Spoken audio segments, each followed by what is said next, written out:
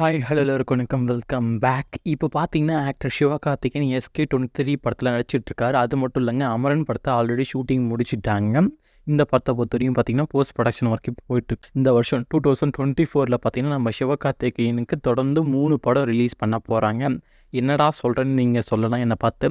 ஆமாங்க, ஃபஸ்ட்டு வந்து பார்த்தீங்கன்னா தளபதி விஜயோட கோட் படத்தில் இவர் வந்து ஒரு கேமியோ பண்ணியிருக்காரு.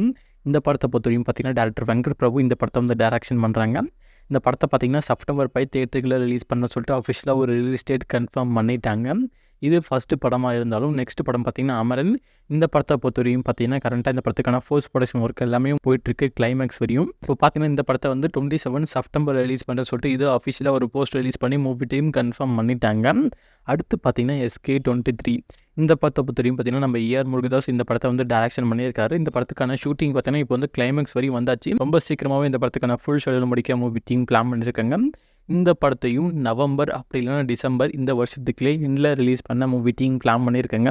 கண்டிப்பாக வந்து இந்த 3 படமே ஒரே வருஷத்தில் ரிலீஸ் ஆனால் கண்டிப்பாக வந்து சிவகார்த்திகேயன் 2024 ஒரு பெரிய சக்ஸஸான ஒரு இயராக இருக்கும்னு நினைக்கிறேன்.